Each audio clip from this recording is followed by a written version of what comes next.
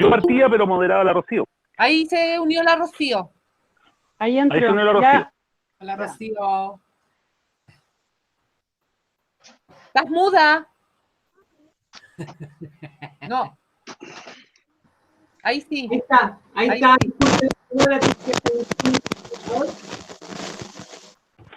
Se escucha cortado. ¿Se escucha cortado lo mío? No, ahora sí. Sí. Ahí sí. Es que Sí. estaba un computador. Estaba fallando. Ahí sí. Sí. Sí. Ya. Me voy a quedar. Y ahí entró el César Burgos también. Entró. Estaba hace rato. Ay, algo me pasa.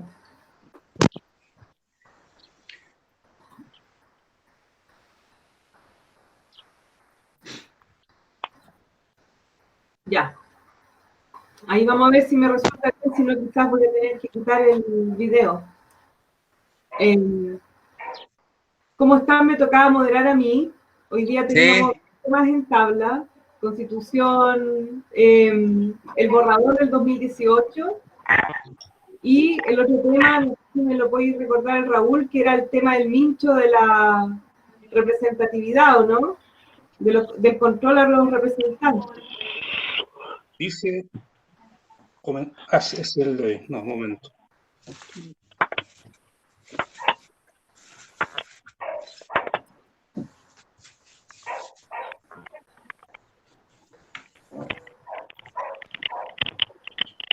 Pero era acerca del control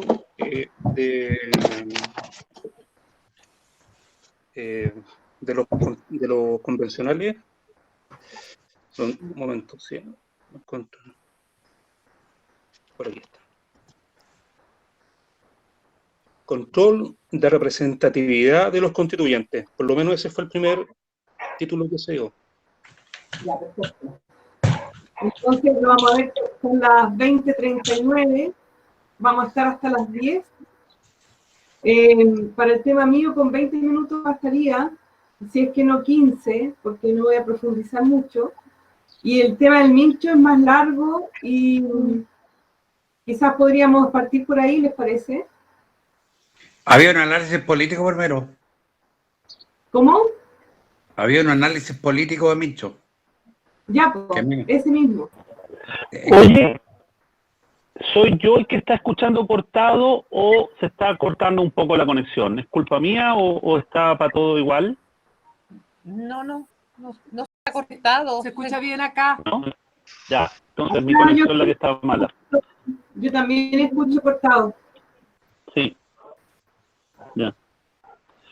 Ya, pero claro, a ver, por lo que escuché, me parece que estabas hablando de los temas que estaban en tabla de la semana pasada, pero además ahora igual íbamos a hacer como introducción, habíamos dicho la semana pasada que sería bueno que algunas de las personas que están acá presentes hiciera una cosa más atractiva en términos marqueteros para el grupo, y hacer un análisis político de lo que sucedió, qué sucedió en la semana, de los sucesos de la semana. Así que, y claro, y la primera posta, como lo propuse yo, el Julio me echó al agua y dijo que yo tenía que hacerlo. Entonces está bien, no hay problema, yo lo hago la primera vez. Para hacer esto, igual, discúlpenme, no tuve mucho tiempo para hacer un estudio muy acabado para llegar y hacer un análisis en términos de sociología política muy acotado, muy acabado, pero podemos tirar a la pizarra algunos temas que son relevantes y que yo creo que pasaron esta semana y que no pasaron colados.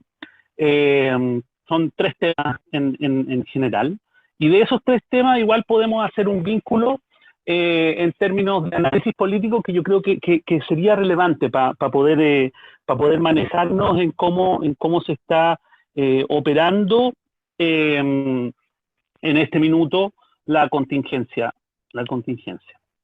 El primer tema es el tema el tema Frente Amplio.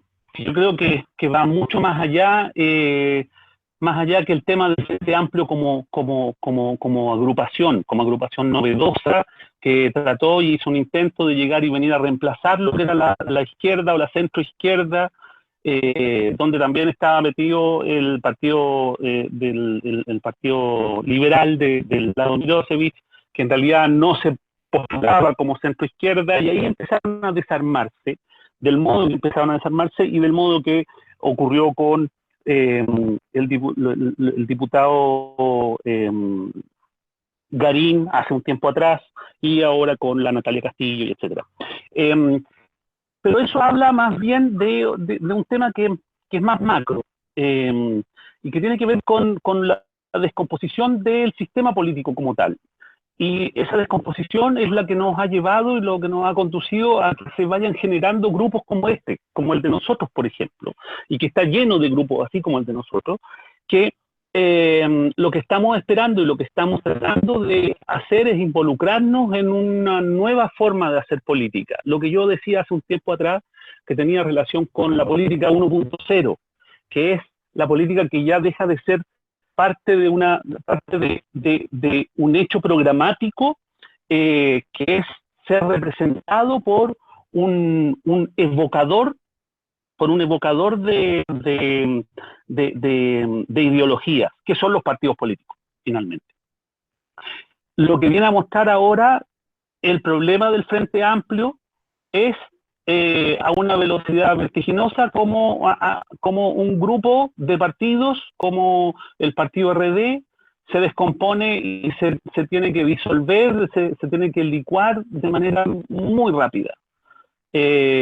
Cosa que en el siglo XX pasaban décadas para que ocurriera un hecho como el que le ocurre a estos gallos hoy en día.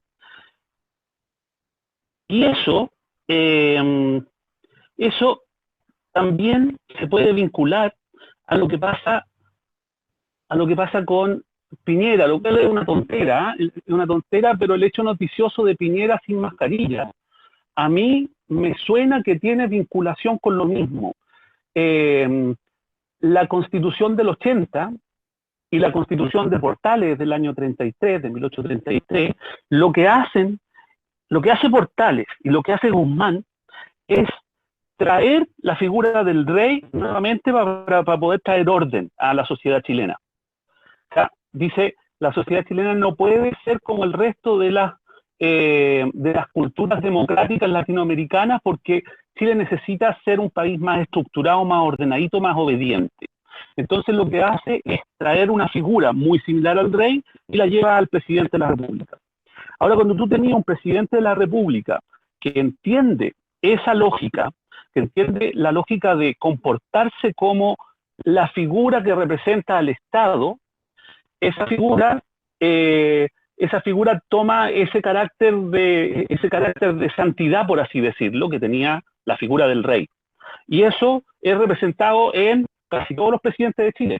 Tú veías, no sé, por Ricardo Lagos, por ejemplo, después de la nueva transición, o sea, post-dictadura, Ricardo Lagos es representante de eso, o sea, un gallo que se para y hace manifestaciones simbólicas como la apertura de la puerta de Morandé, donde él camina solo por la calle. Eso es una figura en términos simbólicos que representa un espacio de santidad, un espacio religioso, donde se ve la figura del Estado personificada. Ahora, ¿qué es lo que ocurre con Piñera? ¿Y por qué yo digo que tiene alguna relación con lo que pasa con el Frente Amplio, con esta descomposición de la estructura de partido, con la descomposición de las estructuras de la política tradicional chilena? Cuando Piñera llega, sale a la playa y sale sin mascarilla y permite que se tomen fotos, y después llega y se autodenuncia y comete todas esas ridiculeces que se cometen, es porque el tipo, él como persona, pero aparte de él como persona, el grupo de apoyo y de gestores que están detrás de Piñera incluso también el grupo de oposición a Piñera, no entendieron ni no están entendiendo de qué se trataba esa figura del Estado. Y por eso, creo yo, mi tesis va por ese lado, tiene que ver con qué es lo que ocurre en el estallido, qué es lo que ocurre en la sociedad chilena, en que nosotros como simples ciudadanos nos organizamos y hacemos este grupo con 21 y así muchos grupos más. Es porque logramos entender y logramos traspasársenos a todos los ciudadanos que la figura del rey había muerto finalmente. Y eso es una intuición nomás, en términos sociológicos. La sociología política habla de esto, no es un invento mío. Esto está en varios autores de la literatura, pero esto se da en algunos momentos de la historia de los países, y en estos momentos es como muy clarito, muy claro ese tema. Y creo que es relevante, valga la redundancia, relevarlo o levantarlo o hacer o entenderlo como grupo para poder gestionar esa lógica que está ocurriendo. Es decir, la descomposición de grupos como el Frente Amplio, que en algún minuto podrían haber sido representantes de ideas de nosotros, hoy en día están licuadas, hoy en día están siendo desafectadas de la lógica de las personas que caminan por la calle, o como los que leen la cuarta, como dice el César. Que me gusta esa metáfora. Eso es un tema bien relevante. Ahora, el siguiente tema que yo quería también mencionar y que como que se escapa un poco a eso, pero que es relevante para el tema, para la semana, en términos políticos, es lo que pasó ayer en la Cámara de Diputados, ¿no? El tema de los escaños reservados para pueblos indígenas, donde se comportan la derecha nuevamente de una manera muy ilógica, muy chillona, muy fuera de toda lógica política. Se les ve muy perdidos. El tema de oponerse sistemáticamente a la conformación de nuevos espacios para los pueblos originarios, habla de que de un poco entendimiento de que ellos están pensando de que los pueblos originarios, los ciudadanos que van a llegar a la Convención Constituyente, ellos están pensando que representan a sus opositores, representan a la izquierda, lo cual, si tú lo veías en las encuestas, si tú veías los datos, no es verdad, porque gran cantidad de los pueblos en zonas mapuche, por ejemplo, en realidad votan por la derecha. Pero ellos no entienden eso. Entonces es muy extraña la forma en que se oponen sistemáticamente a la participación de pueblos originarios, porque podría convenirles. Pero sacan una cuenta, y sacan cuentas de si damos más escaños, porque no sé si todos lo saben, pero lo que pasó ayer es que se estaban pidiendo 18 escaños para pueblos originarios. De esos 18 escaños, 9 escaños iban a ser extra los 155 constituyentes, y los otros 9 iban a estar dentro de los 155. O sea, se iba a aumentar el quórum. Y lo que le duele a la derecha, al parecer, parece que esa es la lógica, y esa es la cuenta que ellos están sacando con la calculadora, es que si aumentáis de 155 a 164, eso les va a afectar en los 2/3, y etcétera, toda esa tontera.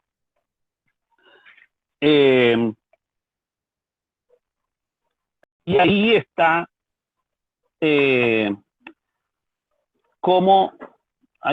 y se representa como en realidad cómo piensan en realidad más con la guata esta derecha de hoy en día, que no es la derecha tradicional chilena, y también habla de la descomposición de la política de ellos. La derecha tradicional chilena podía entender y era pragmática y entendían cuando algo les convenía y cuando algo no. Acá ellos están pensando directamente con la guata y se nota solamente el racismo detrás. detrás de su forma de votar y de su forma de argumentar. Es solamente eso, una cosa de no voy a poder sentar a un indio al lado mío porque no va a pensar un indio como yo, no puede pensar un indio como yo. Yo creo que así de básica la lógica de lo que está operando y lo que operó en el día de ayer.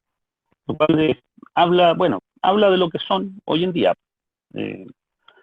Pero no por eso habla mejor de lo que somos nosotros como personas. Yo soy de izquierda, no sé si todas las personas que están acá son de izquierda, pero yo soy de izquierda, pero yo como persona de izquierda creo que las izquierdas que están operando hoy en día en Chile están tan o igualmente perdidas que la derecha. Y por eso pasa esto que está pasando con los partidos nuevos que podrían haber sido prometedores. Eso, no sé si alguien tiene algún comentario a sumar a lo que acabamos de presentar. Yo, Mincho, ¿Mm? por acá, ¿me ven? Sí, bien. Voy a apagar mi micrófono. Dale. Yo te quería preguntar una cosita ¿de dónde tomas tú el dato de que los mapuches votan por la derecha? Que me queda dando vueltas. Es que es un dato duro, En la zona de la Araucanía es un dato duro desde hace mucho tiempo. De hecho, en la zona de la Araucanía, uno de los lugares donde ganó el plebiscito Pinochet fue allá. Y así, durante muchos años en la historia de Chile, en la zona de la Araucanía se vota a derecha. O sea, es un dato de la causa. Por eso, lo ilógico de la forma de pensar de estos gallos, es decir, un indio no se puede sentar al lado mío a discutir porque va a pensar distinto a mí, pero en realidad no es así. O sea, en lo concreto no es así. O no necesariamente. Sí, también nada más quisiera agregar que la participación de los pueblos indígenas incide, por supuesto, directamente en la determinación si vamos a hacer un Estado plurinacional, porque estaríamos dejando afuera precisamente a los representantes de las posibles naciones. Sí. Entonces, es sumamente antidemocrático plantearlo de esa manera. Ahora que tengan escaños reservados, porque se podría decir, ¿por qué tiene que tener escaños reservados? Si quieren ir, que vayan entre los cupos que ya existen. Sí. Es por una compensación que se llama la ley de cuotas. Sí. Pero hay un segmento de la sociedad que claramente está siendo, está tan segregado que no tienen acceso a la participación. Se establecen reservas de escaños, leyes de cuotas de manera de asegurar la participación de ciertos sectores que si no tienen reservas estarían absolutamente fuera de los procesos. Claro, y eso entra en una lógica que por eso yo decía que le sale de la guata, porque es una lógica que tiene y que ha tenido el poder manejado por la derecha durante toda su historia. Ahí, en términos pragmáticos, cuando lograban hacer buena política la gente de derecha, operaban de ese mismo modo. ¿Por qué? Porque en realidad la derecha lo que ha tenido siempre, y siempre lo que ha tenido, es, aparte de temerle a las mayorías, también le teme a minorías, a algunas minorías que podrían llegar y removerle la mesa. Y por eso en el feminismo, no me acuerdo cuál es la autora, pero en el feminismo hay una teoría que es el feminismo interseccional. No sé si alguien lo ha leído eso, que ha estado más o menos de moda, donde se separan diferentes o diversas categorías sociales, explicando por qué las diversas categorías sociales estas, como, no sé, como raza, como género, como clase, como la discapacidad incluso, interseccionalmente tienen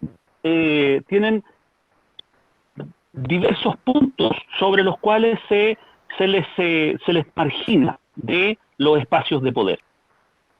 A las mujeres, a los mapuches, a los pascuenses, a los discapacitados, etc. La derecha teme a esos grupos, teme que entren ideas novedosas desde esos grupos. Y eso desde siempre. Y ahora, hoy en día, cuando la Rieselberghe dice, bueno, démosle cupo reservado también a los evangélicos, lo que está diciendo es que no entiende absolutamente nada de qué se tratan. ¿De qué se tratan las minorías? ¿De qué se tratan esa interseccionalidad que tiene que ver con las discriminaciones? Mincho, ¿me permite la palabra? Don César. Sí. Oye, yo encuentro súper bueno lo que has presentado. Y tengo como la siguiente reflexión. A mí me parece que las élites políticas efectivamente están en esto. Hace pocos días veía un cuadro que no se lo he podido mandar porque no he podido rescatarlo, en que aparece un hombre con un látigo y mucha gente de rodillas, ¿cierto? Haciéndole una inclinación.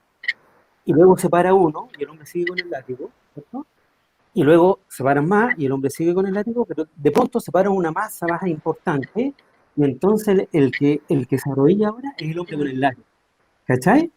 Entonces yo creo que efectivamente reconocer a los pueblos originarios es reconocer a un grupo y darle cabida. Y entonces después viene, ya, pero ahora son, por decirlo así, los mapuches, y después van a ser, no tengo idea qué, y después van a ser otros, ¿cachai? Entonces, a mí me parece que ese es el miedo. El miedo es que de pronto tú tengas una masa que se pare frente al río, que me parece que es una buena analogía. Cuando uno solo se para frente al río, el río sigue su curso.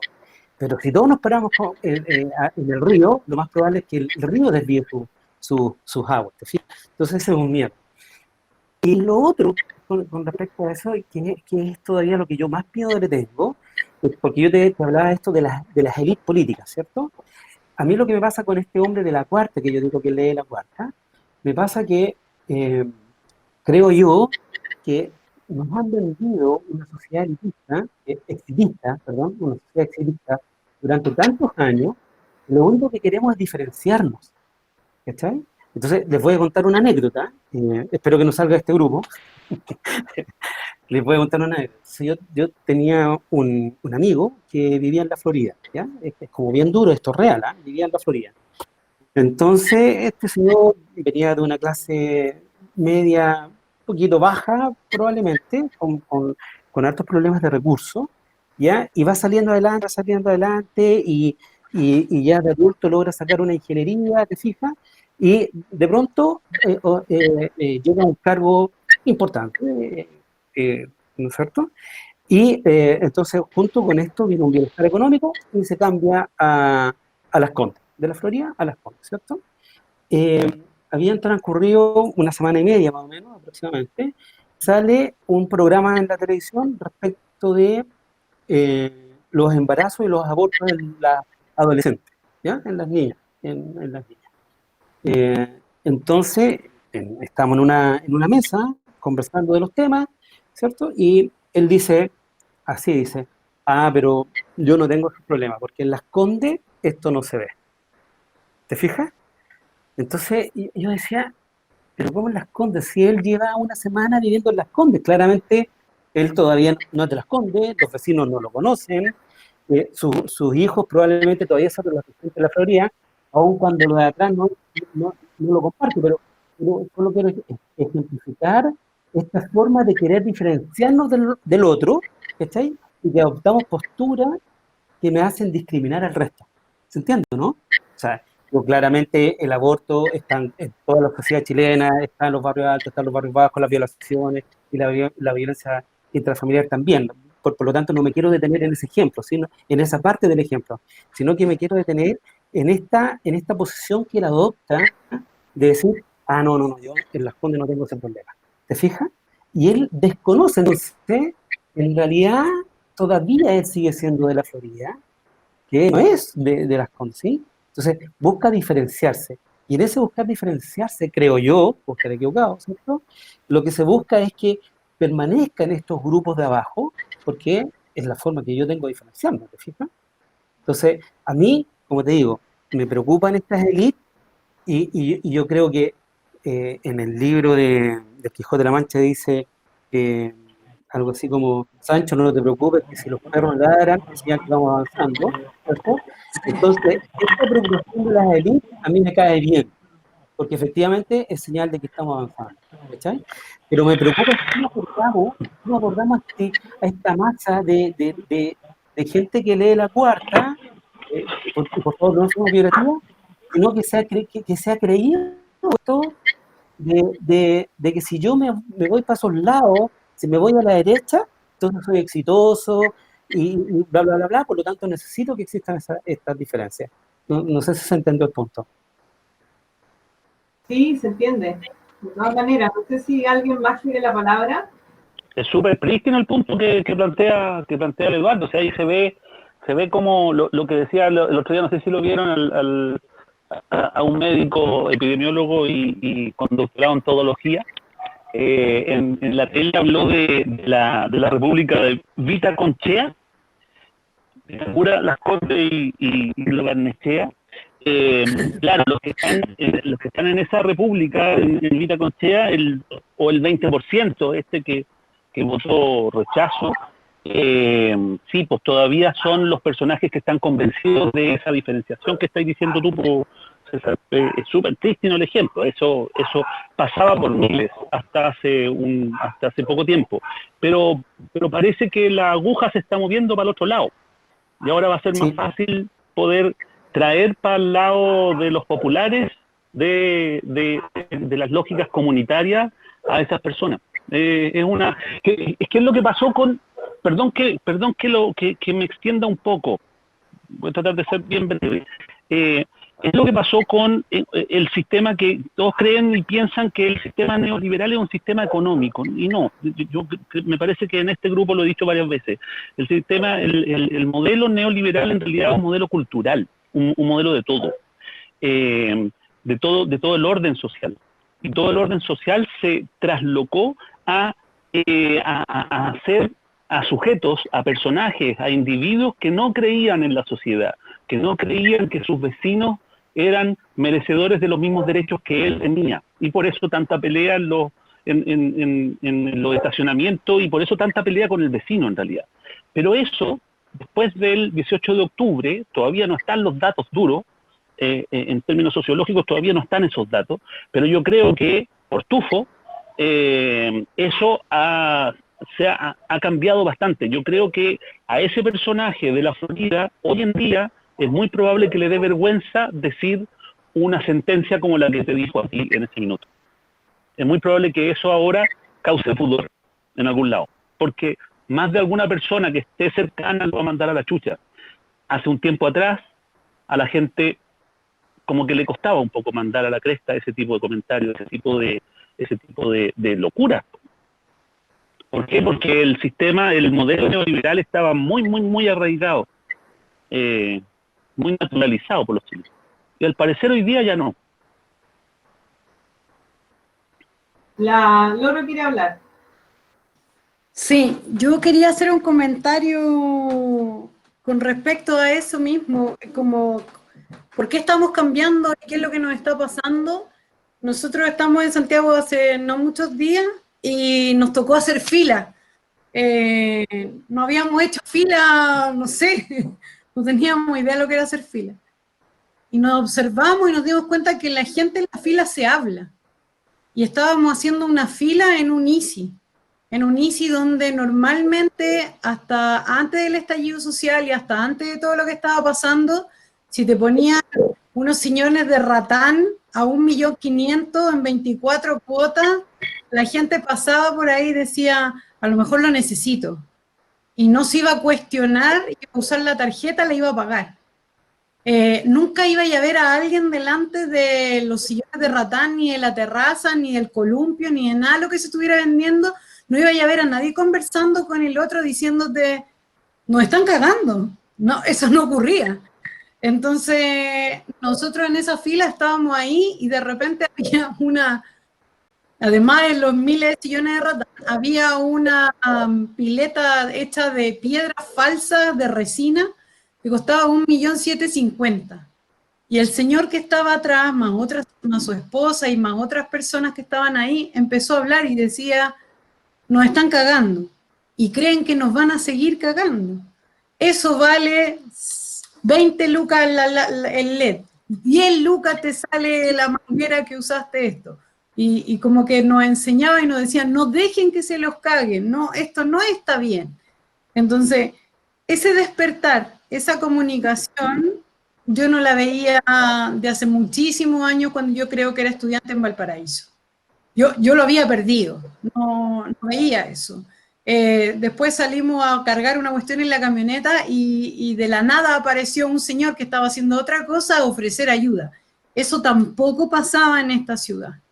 Entonces, creo que es un poco hablar, yo creo que es un poco tratar de unir y hacer como un merge, una sumatoria de lo que decía Benjamín y César, y es que el loco de la Florida ni siquiera le daría vergüenza, porque no alcanzaría a abrir la boca con un comentario así en este momento.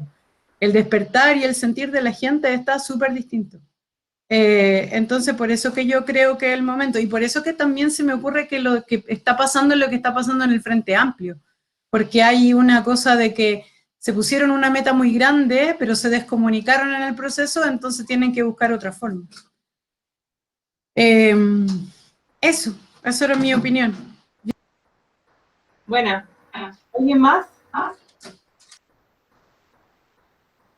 Si quiera la palabra, no es quórum.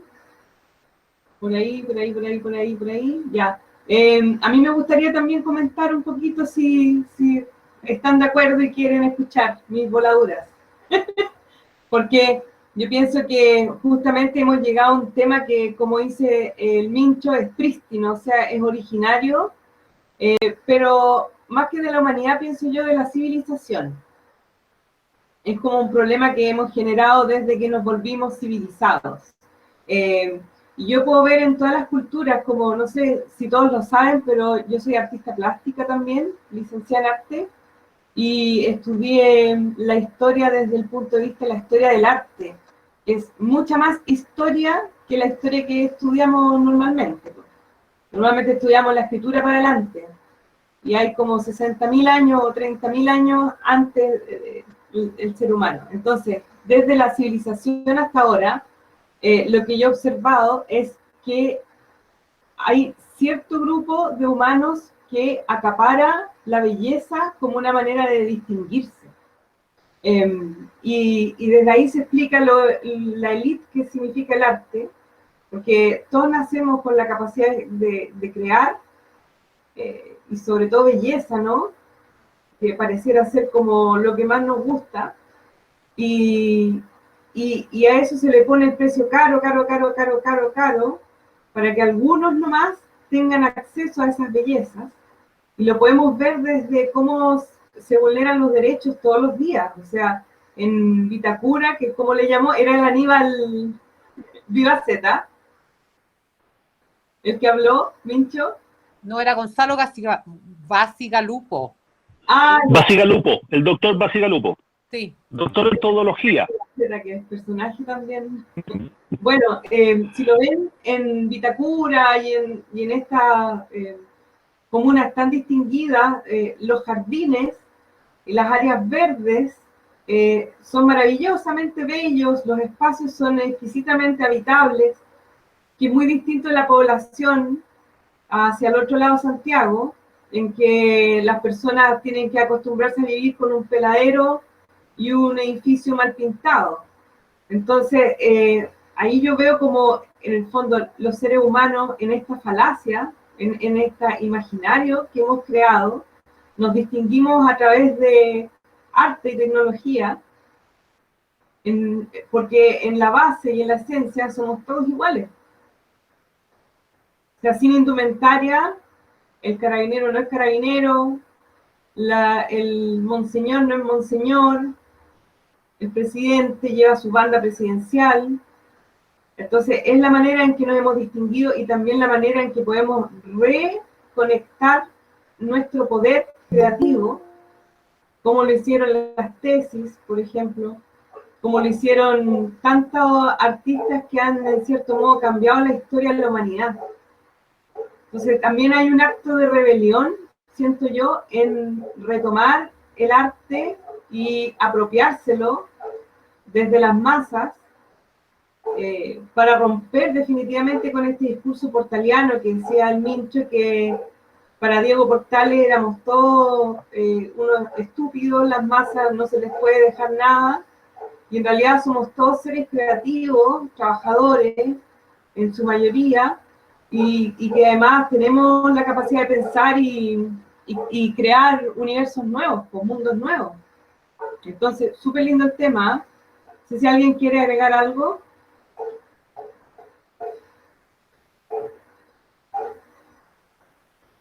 ¿No?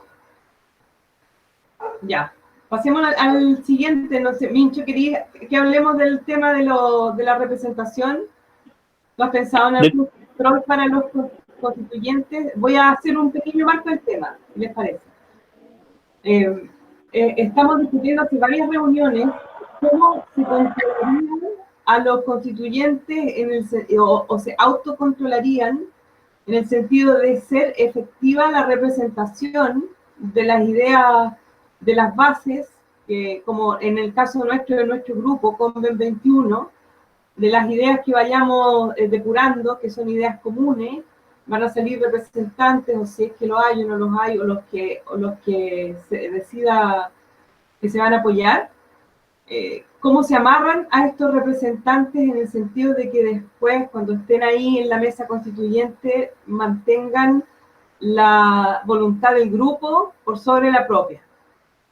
Entonces el Mincho es el que propuso este tema y le doy la palabra a él para que nos cuente qué nos quiere decir. ¿Cuál es la solución mágica? No, solución mágica no la hay. Así que, pucha, lo siento, que siento decepcionarla. A ver, en términos históricos, me parece que se los mencioné en algún minuto, pero profundicemos un poco en eso. En términos históricos, en Chile ya ocurrió en la época pre-portaliana, pre-constitución del 33, en la época en que los portalianos hablan de la época de la anarquía, un modo de democracia muy representativo y cercano a la democracia directa. Y operó bastante bien en el gobierno de Freire y eso, que son los primeros liberales chilenos. Lo que se hacía era que tú tenías cabildos ciudadanos locales.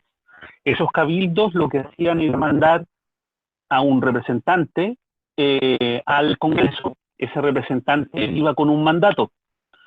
Si el cabildo en algún minuto veía que ese representante en el Congreso traicionaba ese mandato, o sea, hacía algo diferente a lo que se le había propuesto, se le llamaba al cabildo, se le pedía explicaciones, se le daba la posibilidad de recapacitar y de llegar y plantear una política pública que fuera acorde a lo que ellos pensaban, y si el gallo reincidía o si el gallo en realidad se había mandado un condoro muy grande, lo que se hacía era que se le sacaba, institucionalmente esto se podía hacer, institucionalmente se le sacaba del Congreso y se ponía otro, y además al gallo que se le sacaba se le sancionaba pecuniariamente, o incluso a algunos les dieron penas de cárcel en algunos minutos.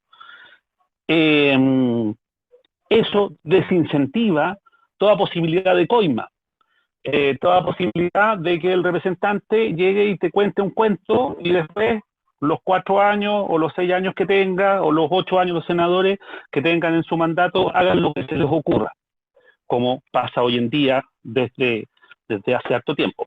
Tenemos a los PPA metidos ahí en el Congreso para siempre y que dijeron A y ahora hacen B.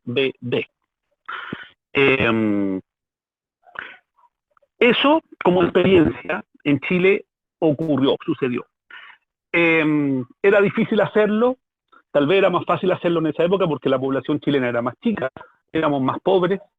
Hoy en día tenemos otros tipos de tecnología, los cuales ha planteado la Rocío, donde esos cabildos, esa institucionalización de cabildos, esa institucionalización de mandatos se podrían hacer de otro modo, para que no ocurra lo que ocurre con la asamblea universitaria, donde la asamblea universitaria o trasladándolo al cabildo, podrían llegar y juntarse 4 pelados, y esos 4 pelados son los que van a decidir por el resto de una comunidad.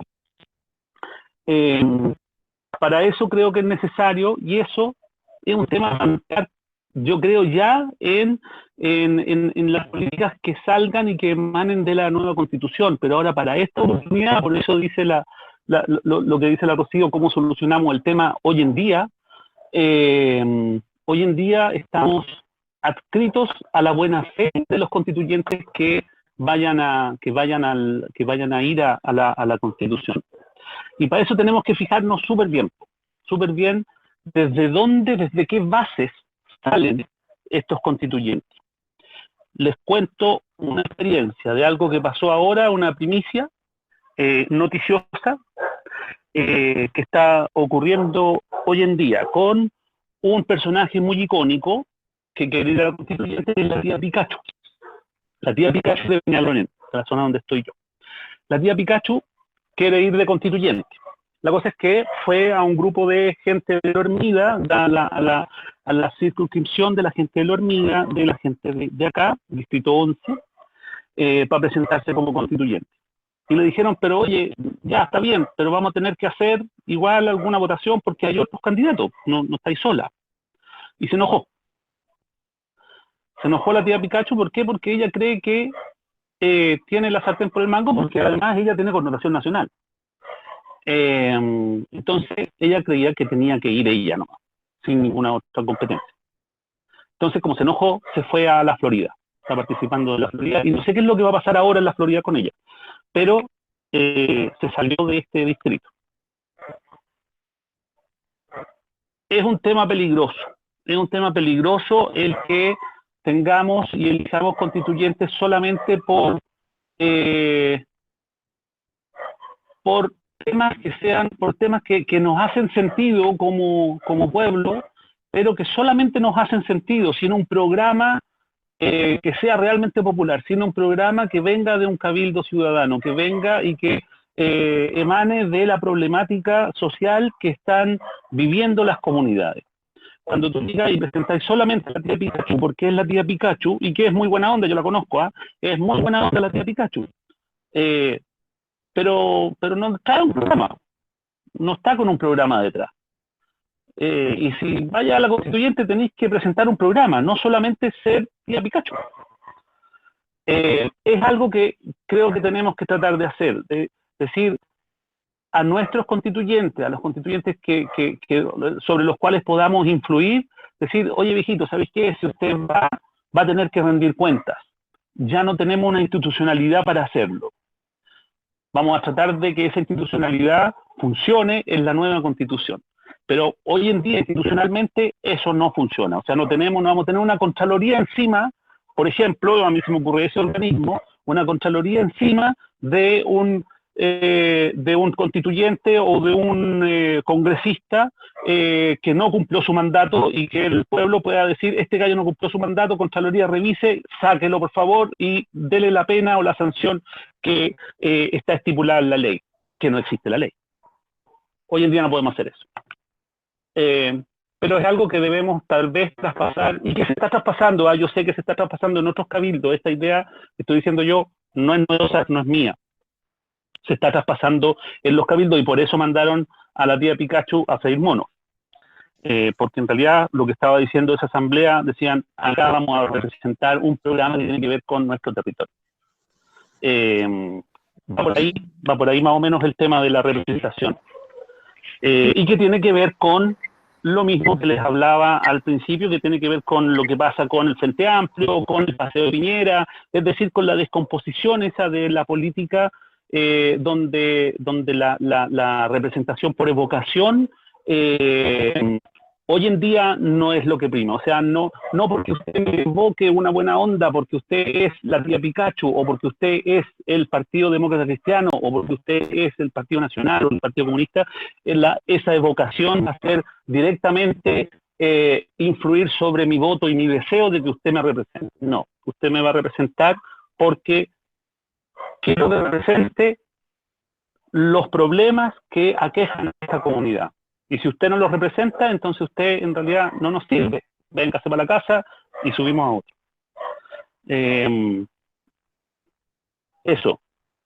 Como les decía, institucionalmente hoy en día no existe eso, pero yo creo que es una de las peleas que tenemos que dar. Súper interesante, Mincho, que se esté hablando de eso allá en Santiago y ojalá en regiones también. Pues. ¿Alguien tiene la palabra?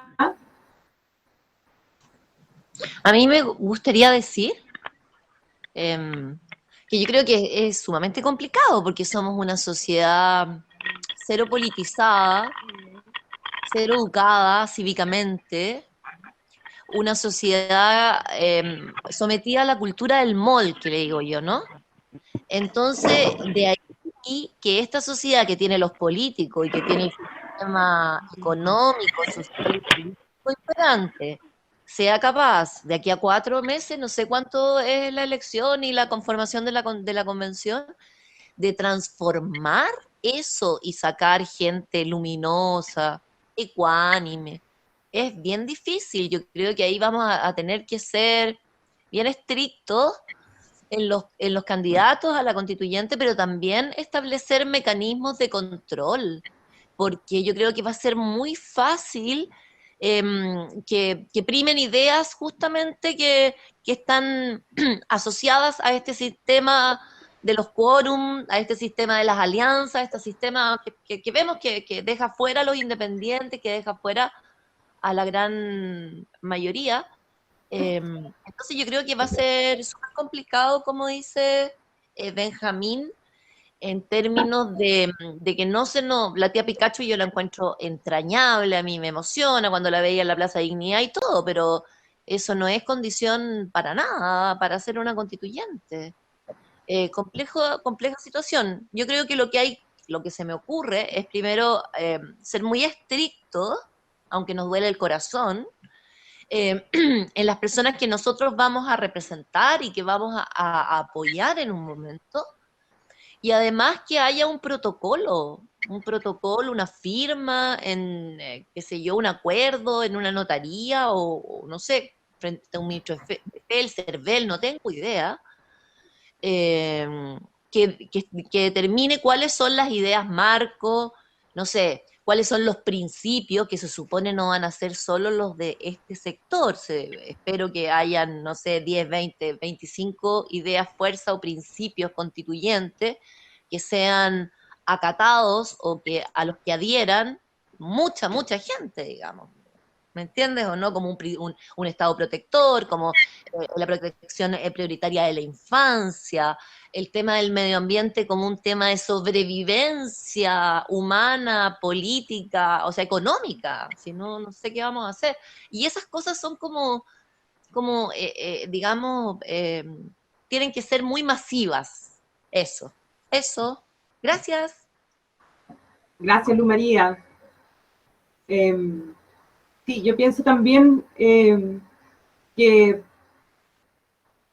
llegar a esas ideas generalizadas en el proceso como está planteado, también estoy de acuerdo con la Luz María en que es difícil. Lo veo más como una posibilidad si es que los cabildos fueran institucionalizados. Entonces, si el proceso constituyente se hubiera generado no por un acuerdo entre cuatro paredes a las 2 de la mañana en el Congreso, como sucedió, podríamos decir, bueno, que se armen cabildos ciudadanos que sean propiciados por el CERVEL, como se hicieron los cabildos en la oportunidad del gobierno de la Bachelet, que sean convocados por el Estado, que se haga un análisis de esto, que se saquen las ideas, y de esas ideas se propongan popularmente los candidatos que las van a representar. Determinando que las habilidades del representante son las de defender la idea, más que la de generar la idea. Eso en un proceso constituyente ideal, para mí. Sí. Ahora, con lo que tenemos, con lo que hay, ¿cómo hacemos? A mí me parece que la idea que tiró Luz María, una de las ideas que tiró Luz María, Luz María es el nombre, ¿cierto? Sí. Sí. Una de las ideas que tiró Luz María me pareció bien acertada, creo yo, y simple de hacer. O sea, de que el relato que emane de una asamblea territorial o de un cabildo o de un grupo que apoya a un constituyente sea objetivado en una notaría. Me parece fantástico eso. O sea, usted va y cumple este marco. Y si no lo cumple, acá hay un papel que usted firmó. Yo creo que traspasar esa idea al resto de los cabildos ciudadanos sería re bueno, o sea, plantearlo como, dado que no tenemos una Contraloría que se pueda hacer cargo, dado que no tenemos una institucionalización que se haga cargo de eso. Lo que trató de hacer la Bachelet al institucionalizar cabildo, en realidad era también una trampa, porque esos cabildos ciudadanos en realidad no tenían nada vinculante. O sea, lo que iba a salir de ahí, o lo que salió de ahí en esa sistematización fue un mamarracho, y ese mamarracho no era vinculante con lo que se iba a escribir después, si es que en algún momento se pensó escribir. Es una idea loca, pero hay una estructura de organización de cabildos que dejó la Bachelet. Una de mis hijas trabajó en la sistematización de datos y era realmente súper tierno. Cabildo en alto hospicio. Edad promedio 70 años. La señora Jimena trajo el pan, la Juanita la palta, así partían los cabildos. Te hablo de una sociedad poco educada cívicamente, ¿ya? Ok, entonces hay una estructura de organización de cabildos que se podría potenciar ahora, porque la gente está, yo creo, muy afín de organizarse y de participar, y en esa estructura levantar estas ideas a través de los eventuales candidatos de constituyentes de esos territorios, porque por lo menos hay algo. La gente alguna vez, no sé, fue en el segundo gobierno de la Bachelet, esto yo ya no me acuerdo, tengo los tiempos perdidos, ¿no? Fue en el segundo gobierno de la Bachelet, ¿no? Sí, sí. Ya, fue hace como 3 o 4 años nada más, lo que pasa es que este año... Fue hace poquito. Eso es lo que me pasa. Pero fue hace 3 o 4 años un indicio, hay alguna información, hay alguna estructura, hay alguna experiencia, ¿me entienden o no? Quizás sería como bueno, o quizás sería un poco más eficiente, y además que ahora hay mucha organización territorial, yo tengo esa sensación, puede que me equivoque. Hay más organización territorial que la que hubo en ese minuto, pero esa institucionalización sirvió para harto, o sea, juntó a no pocas personas, 300.000 personas fueron las que participaron en los cabildos. Fue visionario, creo yo, fue como un preentrenamiento a esta cosa que se nos vino encima. Nos dieron la ilusión antes. Sí. O sea, podríamos decir que la Michelle lo decretó. De alguna forma. Quizá ese fue su aporte al hacer los cabildos, decretó la convención constituyente. Bueno. Rocío lo tiene hoy. ¿Podríamos dejar anotado como acuerdo lo que planteó Luz María? Está en idea fuerza, como secretaría académica lo tengo anotado. Ya, gracias. No es académica, es política. Siempre digo académica, perdón. Sí. Oye, yo les quiero decir algo a la Luz María y a todos, que recordarles que lo que sigue en tabla ahora, que vamos a hablar la última media hora, es precisamente el borrador de esa constitución de los cabildos del año 2018. Excelente. Buenísimo. Está sistematizado, ya lo está diciendo la mirada, y es un borrador súper interesante, para mi gusto, en muchos sentidos. Primero por la manera en que está escrito, por la técnica legislativa. Lo que yo puedo observar de diferencias con la Constitución del 80 es que esta busca no solamente hacer declaraciones, sino que también fijar en el texto la ejecución de esos derechos y establece los deberes del Estado en la misma redacción. Por lo tanto, por eso es técnica jurídica en el sentido de cómo se hace la ley y cómo se le da sentido a una frase que, como todos sabemos, siempre se dice que una coma cambia todo el sentido de una oración en leyes. Bueno, en este caso sí aplica.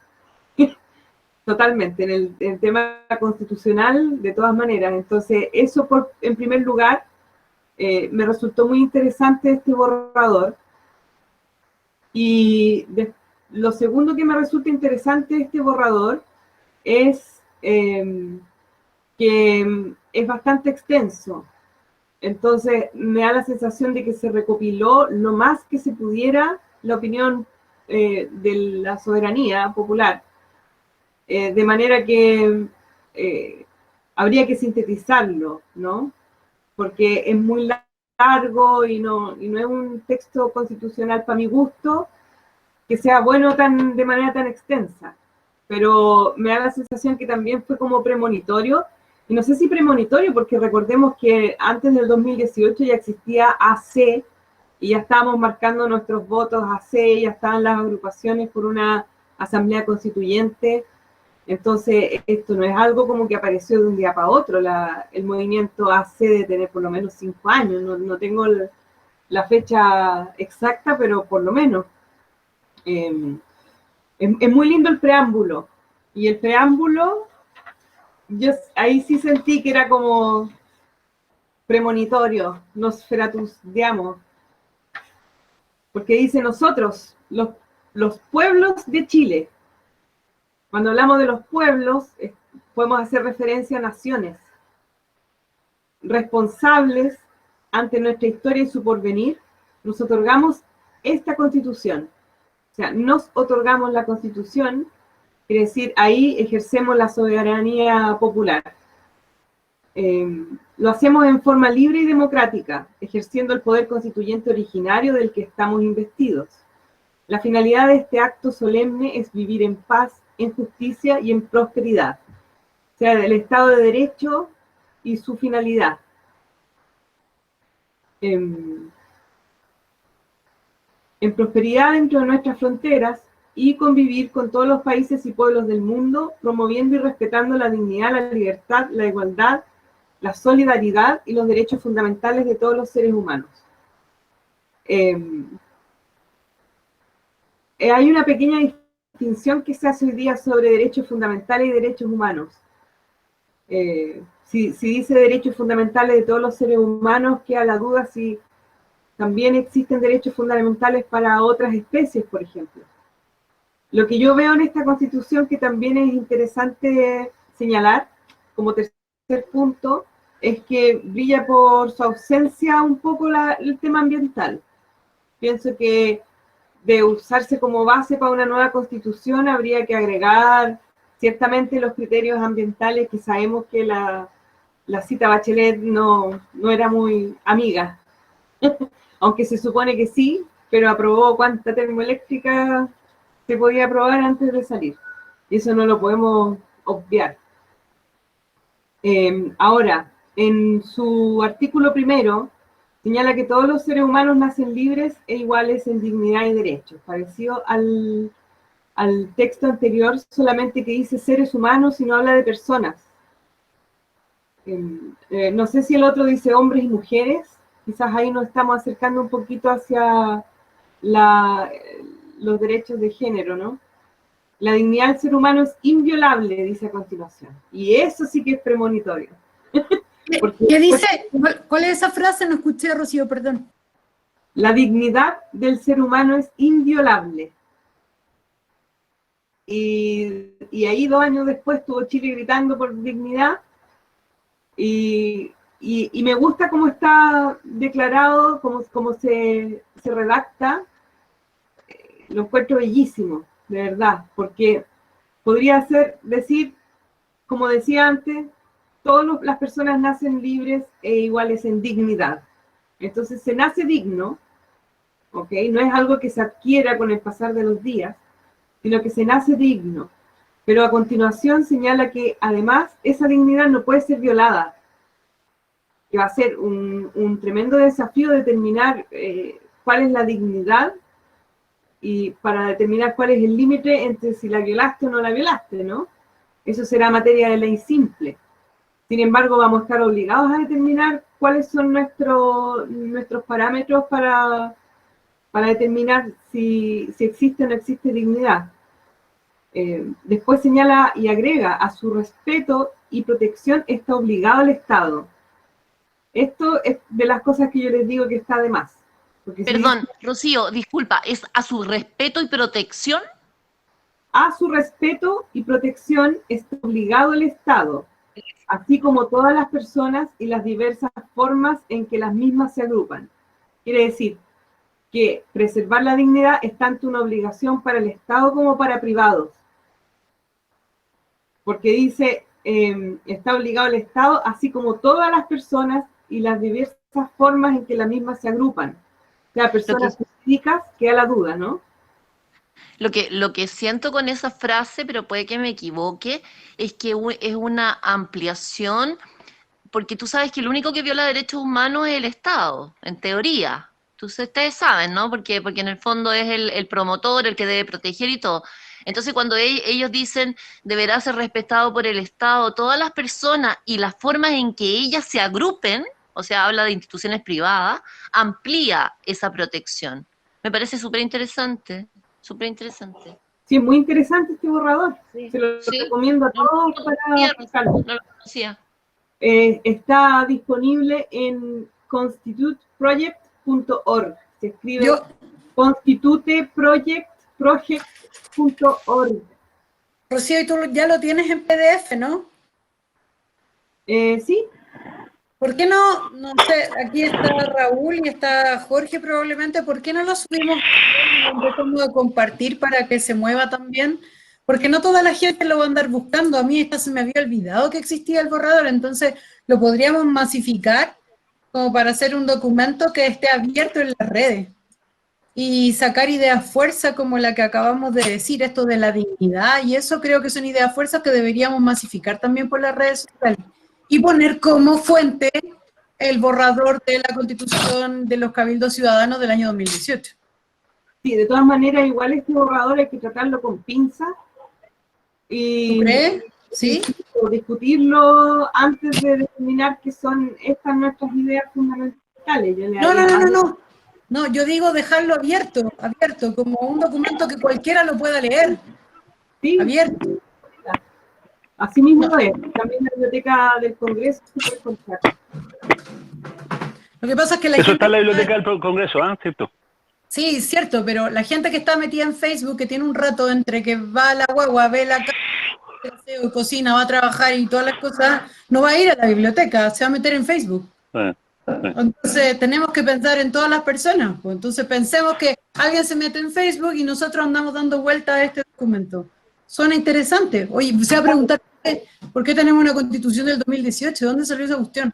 Por último, lo voy a ojear de curiosidad. Claro. Sí, podría hacerle llegar el PDF al Raúl, a la revista Comunicaciones para que ellos lo difundan. En las redes, ¿cuáles son las redes COVID-21? Espérate. Conven 21. 21. No, COVID hasta aquí, güey. No, Conven 21. Pero Raúl la sube al blog, al Facebook, al Instagram, podemos moverla. Podemos tirar ideas fuerza en el Twitter también, no sé, como que esas cosas... Sería bueno que en ese vínculo también se incluya el vínculo de constituteproject.org. Voy a poner... Que ahí donde están todas las constituciones esas que vimos hace un tiempo atrás, ¿se acuerdan?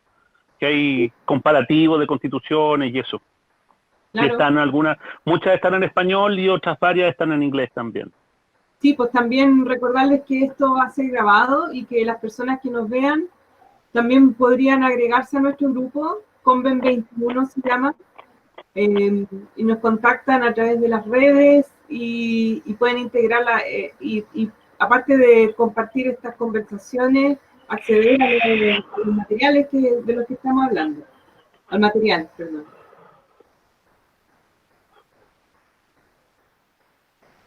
¿Alguien más tiene algo que decir o seguimos? Continúe.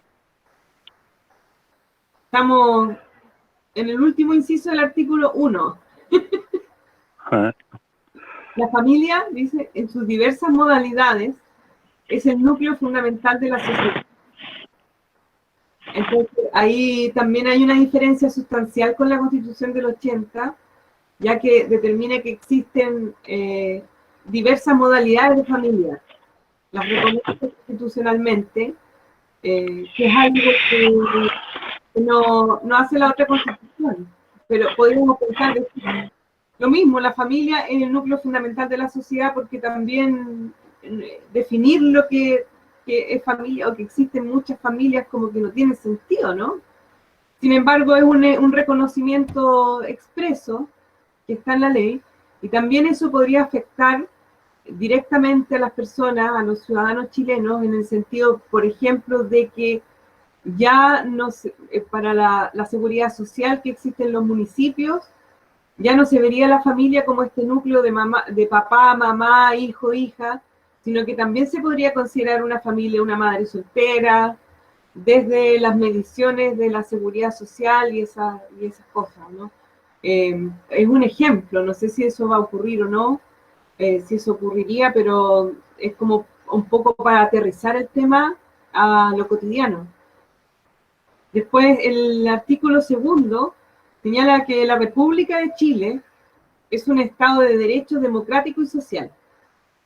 Un Estado democrático, porque elegimos representantes, y social, eso, sepamos ya, ahí habría mucha discusión, yo creo, después. ¿A qué se refiere con ser social? Porque obvio que una sociedad, pues, su organización territorial es unitaria. Eso quiere decir de que es un país y que no hay Estado federado. Su administración es descentralizada y desconcentrada, pudiendo adoptar otra modalidad. Tengo que hacer un comentario venenoso. Ahí está la poca consideración de la Michelle en los pueblos originarios. Estado unitario. El reconocimiento es antiquísimo. Y de hecho los mapuches, su primera declaración es que ellos son un pueblo nacional. No se conforman con ser un pueblo originario, con su identidad propia y todo, sino que ellos lo que reclaman así fuertemente es que son un pueblo nación. Así que eso, no sé, bueno, pero de pasar Estado unitario a Estado plurinacional va a ser heavy. Bueno, también puede... sí, ok, eso. Gracias. Es cierto, podría ser plurinacional. Y yo creo que por ahí vamos, ¿no? Luego el artículo 3, el Estado está al servicio de las personas y su finalidad es el bien común, para lo cual debe crear las condiciones necesarias para el desarrollo integral y sostenible de la comunidad y de sus integrantes, respetando plenamente y con responsabilidad fiscal. Esto es lo nuevo, la responsabilidad fiscal. Los derechos y garantías que esta Constitución consagra. Establece una sanción y determina que la responsabilidad es del Estado, la del fisco, o sea, es la responsabilidad a la vulneración de las garantías de la Constitución. Después... Perdón, Rocío, para profundizar un poco en ese punto, que yo creo que ese punto es crucial y muy sustantivo en la pelea que se va a dar en la constituyente. ¿Por qué? Porque, a ver, la derecha o quienes tengan, para quienes sea muy cara y muy querida la constitución actual, no va a tener ningún problema en entregar todos los derechos que se nos ocurran, todos. No van a tener problema en eso. Ahora lo que sí van a tener problema es entregar las lucas. En eso sí van a tener problema. Entonces lo que dice ahí es principal. Principal que constitucionalmente quede amarrado que es el Estado el que se va a tener que hacer cargo y va a tener que buscar los modos de financiación de esos derechos. Derechos de salud, derechos de educación, etcétera, etcétera, etcétera. Y para hacer eso, este Estado, o sea, este país, tiene muchas lucas, pero esas lucas se van a otros países, a otros lados. Tenemos muchas lucas, tenemos recursos naturales para tirar a la chuña. Y esos recursos naturales, de hecho, los estamos tirando a la chuña, pero fuera de Chile. Es algo que hay que ponerle mucho ojo en la Constitución, porque eso es lo que va a costar acá. No va a costar poner todos los derechos que se te ocurran. Lo que va a costar es amarrar esos derechos a financiación. Y la manera de amarrarlo a financiación es decir, los recursos naturales de Chile son de Chile y no de empresas extranjeras. Sí, me gustaría agregar a eso la estadística que escuché el otro día, estas agrupaciones de minería, respecto a los recursos mineros en Chile, el 30% lo explota Codelco, el 20% pequeña minería nacional y el 50% que resta industria internacional, digamos, extranjera. Así es. Entonces, el 50% de nuestros recursos naturales los explotan otros países, llevándose las ganancias a cambio de nuestra calidad. Y capitales nacionales que explotan, que explotan recursos naturales, ya sea la pesca, ya sea los recursos madereros también. Ahí hay capitales nacionales, pero sin embargo esas lucas se van a las arcas de esos capitales nacionales que son los bolsillos de ellos y ellos se los llevan a paraísos fiscales para no pagar impuestos. Eso también es algo que hay que amarrar, que se debe amarrar de algún modo, que esos recursos naturales deben tener un royalty de verdad, o sea, deben pagar de verdad por la explotación de esos recursos naturales. Cuando tú tienes una gran empresa que está sacando, esquilmando el mar, los recursos pesqueros o esquilmando los cerros, los recursos madereros, etcétera. A mí me gustaría agregar una cosa, esa expresión de gasto fiscal para justificar los derechos, o sea, para proteger, o no me acuerdo con la expresión, fíjate que, a diferencia de lo que dice Benjamín, que yo estoy de acuerdo con todo lo que él dice, pero me parece que la interpretación que yo hago es más positiva, porque yo creo que si en la Constitución se dice que los derechos consagrados en ella deben ser financiados de acuerdo y con respeto al gasto fiscal, lo que se está diciendo es el Estado es el responsable total y absoluto de estos derechos. Salud, educación, vivienda y medio ambiente. O sea, el principio de subsidiariedad queda bastante maltrecho en esa sola expresión. Otra cosa que es lo que dice Benjamín, estoy absolutamente de acuerdo, porque el modelo extractivista lo que hace en síntesis es extraer capital natural y transformarlo en capital financiero. Y ese es el único objetivo. Todo este cuento, el desarrollo y el trabajo y Chile, potencia forestal y potencia agroalimentaria, y todo eso, esos son puros cuentos. Porque la verdad es que lo único que le interesa a los dueños del capital en Chile es aumentar su capital financiero al costo que sea. Y lo hemos visto con el desarrollo económico de este país de los últimos, no sé, desde la dictadura para adelante. Eso, pero ¿sabéis que la frase de gasto fiscal a mí me da como... Porque la derecha le va a encantar, po. Sí, claro, con cargo al gasto fiscal, porque el macro gasto, la estructura y todas esas cosas tonteras que dicen mientras nos meten los 10 dedos en el ojo, a la derecha le puede encantar, pero yo siento que una forma de interpretarlo es, ok, si el Estado va a pagar, el Estado es el que dice, el Estado es el que pone la música, y el Estado dice cómo lo baila. Un poco fácil. Lo que pasa, Luz María, perdón, para explicar un poco, ahondar un poco en ese punto.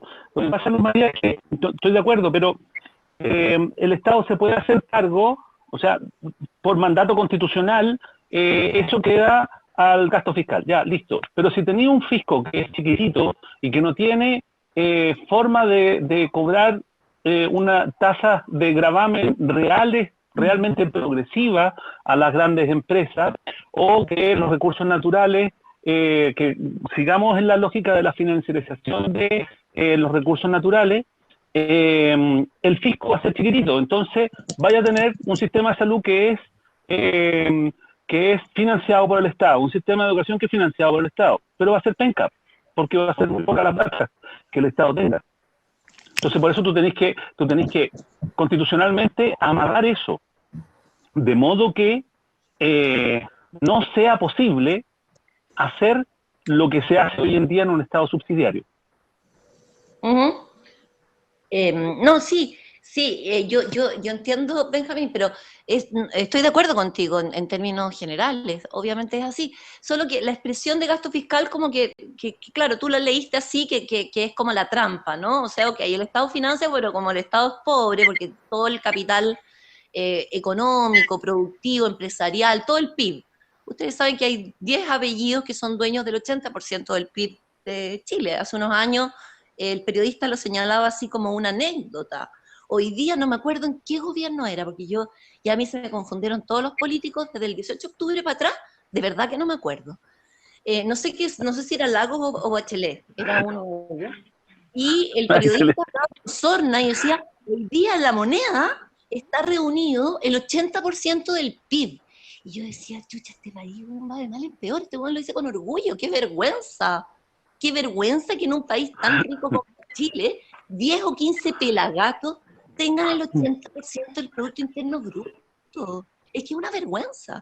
Pero bueno, dicho eso obviamente que hay que modificarlo. O sea, obviamente que va a haber una discusión, pero sanguinaria, sobre la propiedad de los recursos naturales, partiendo por el agua. El tema de que el Estado financie a las dos grandes empresas forestales de Chile, CMPC y Arauco, Familia Mate y Angelini, el 75% de lo que ellos gastan en sus plantaciones de monocultivo es subsidiado, no es un préstamo, es un subsidio, regalo, por el Estado de Chile. Decreto Ley 701, dictado en 1974. Nunca modificado, nunca revisado. La CONAF no controla nada.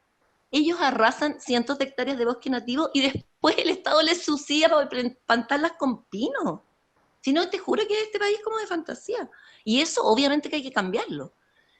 O sea, va a ser una pelea muy dura porque las personas no van a querer entregar sus privilegios. Y es hasta entendible. A nadie le gusta perder los privilegios. Véanlo en los niños nomás, o en los perritos. ¿Cachai? Cuando tú le cambias una cosa que era beneficiosa, una cosa que es más dura, mira cómo alegan. Va a ser una pelea dura, pero bueno, ahí vamos a estar.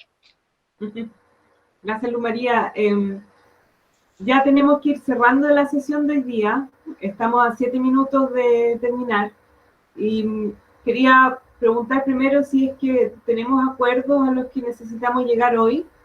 Y finalmente, si no hay acuerdos que votar, ¿qué vamos a poner en tabla para la próxima semana? Dejo la palabra. Tenemos cosas pendientes en todo caso. Aquí hay cosas pendientes que no se abordaron el día de hoy. Queda pendiente... Momento, queda pendiente todo lo que la investigación sobre los detenidos, con la posibilidad de hacer esta investigación y una declaración pública que iba a estar a cargo de Benjamín Fagundes y Eduardo Bernal. Quedó pendiente.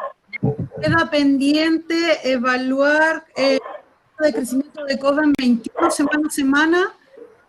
Raúl hoy día ya nos mandó un estado del arte de cuántas personas son por Instagram y por Facebook y por el blog. Queda pendiente el análisis del estado de los representantes que hay hasta el momento definido, eso lo iba a hacer Julio Lobos. Y queda pendiente quién la próxima semana le gustaría hacer los 5 minutos de contar cuáles son la novedad política de la semana. Eso queda en tabla. Peticiones que quedan hechas al día de hoy, queda hecha la petición de subir al blog un poco el documento que tú nos mostraste, Rocío, para que esté en las redes sociales. Eso queda como un acuerdo.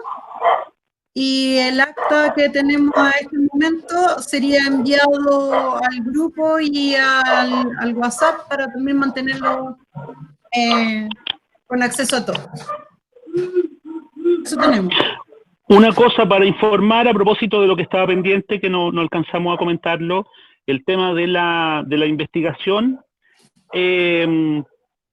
Yo he avanzado en algo, ya tengo contactos con algunos de los cabros presos, todavía no he conversado con ninguno de ellos, vamos a hacer entrevistas telefónicas, yo ya tengo tiradas líneas más o menos de la metodología para poder levantar los datos, Así que seguramente la próxima semana les voy a tener novedades ya de qué es lo que seguramente ya vamos a haber relevado algunos datos, entonces vamos a tener alguna aproximación, algún borrador de qué es lo que vamos a hacer como documento.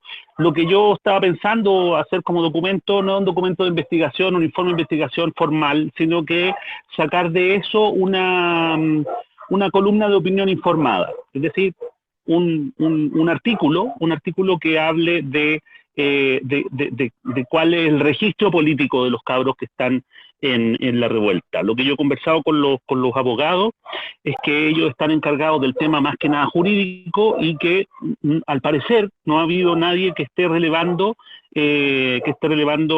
un tema de opinión política y de ese registro que está y que nadie habla por ellos. O sea, nosotros ya damos por sentado de que los presos son políticos. Los abogados están tratando de demostrar que son presos políticos.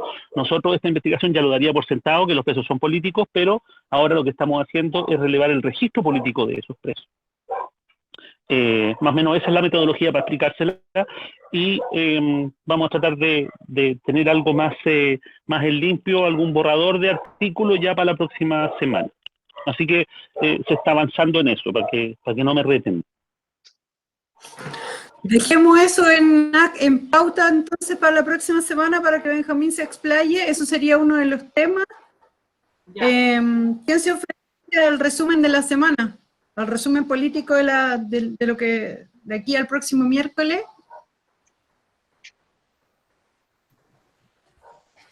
Si no hay candidato, yo me puedo ofrecer. Ya. ¿Ya? Luz María. Ya, Luz María, te dejo inscrita. Ok, entonces lo que sucede políticamente, o sea, temas relevantes de este miércoles al próximo. Correcto, sí. Los primeros 30 minutos de reunión. Ok. Y yo quería decir algo antes de cerrar. Hola a todos, ¿cómo están? Hola. Mincho, disculpa, Mincho, ¿puedes quitar el micrófono, por favor, que se escuchan perros? Gracias. Ahí lo callaron. No, lo que quería decir es que yo en algún momento también hablé de candidatura a este proceso y la verdad es que en este momento les tengo que decir que no, ¿ya? Tristemente, ¿ya? Pero prefiero hacerlo así como de frente. Lo que pasa es que hay varias cosas que se conjugan en términos de pega y en términos personales yo estoy terminando un magíster, ¿ya? Tendría que haber presentado mi tesis en agosto y por varias cosas no la he presentado. No la he terminado, de hecho. La profesora me dio plazo hasta antes de Navidad, me dijo, pero la verdad es que tampoco lo voy a tener, entonces lo más probable es que en enero todavía esté en esto. Y han sido 3 años durísimos de este magíster y tirarlos ahora sería como complejo, ¿ya? Junto con otras cosas, entonces por eso prefiero decirlo al tiro y después de pensarlo bastante, prefiero decir que no al respecto. Lo que me duele, pero tengo que hacerlo. Eso. Gracias. Pero acá estaremos. Seguiremos con esto. Pero la pega es larga, Claudio. Se viene mucho pega más, así que a esto no, para la que pueda venir, por lo que venga. No, sí, acá vamos a estar y también vamos a estar apretando a los candidatos. A la Rocío. Sí, bueno, yo lo que quería saber es si eso va a restar tu participación o simplemente que no vaya a candidatear. No, voy a seguir participando, voy a seguir tratando de aportar. De hecho, por eso he faltado como intermitentemente, porque he tenido mucha pega con respecto a eso. Estoy full, pero voy a seguir, si la idea es seguir y la idea es tirar para adelante y sacar a nuestro país adelante con una nueva constitución que sea buena, ni siquiera decente, que sea buena. Buena, muy bien ahí, que te vaya súper bien tu trabajo también en la Confusam. Por lo menos logramos aumentar el per cápita y el financiamiento de la salud para el próximo año. Se aumentó notablemente. ¿Eso es juego? No. Oye, Claudio, y de puro metido nomás, ¿de qué trata tu tesis? Estoy haciendo un magíster en gestión en salud y mi tesis es cómo influye el clima y la cultura organizacional en el proceso de acreditación en calidad institucional. Wow. Wow. Es media pelúa. Sí. Me gusta el tema de cultura organizacional y cómo cómo se tratan y tratamos a los trabajadores. Me gusta eso. Súper. Se me salió el dirigente con eso. Muy bien. Una última pregunta para Raúl. ¿Se grabó esta reunión, Raúl? Sí, está grabando. Ya, gracias. ¿Estamos todos de acuerdo que se publique? Sí. Ya, genial. Entonces, vamos a despedirnos, pues ha sido un grato placer como todos los días. No nos olvidemos que mañana hay protesta por los presos políticos. En todas las plazas. ¿En todas las plazas? Sí, me parece que es a las 8:30. Ya, bacán. Y a lo mejor Claudio sabe porque es la ¿cómo se llama? Confusal. La Confusal la llamo. Está organizando y por la salud también. Mando flyer. Ya, ok. Mando flyer del asunto. ¿Vale? Yo les mandé un flyer ayer donde están las direcciones de todas las plazas donde se van a hacer las manifestaciones. Ya. En todo el país mañana a las 8:30. Raúl, sube eso a Convent también, porfi. Las manifestaciones de las plazas para los presos políticos, please. Ok. Gracias. Ya, muchas gracias a todos. Ha sido un placer. Ya, un abrazo. Nos vemos la próxima semana. Chao, que estén bien. Chao, chao. Chao, chao. Chao, que estén bien. Chao, chao. Chao, chao. Buenísima.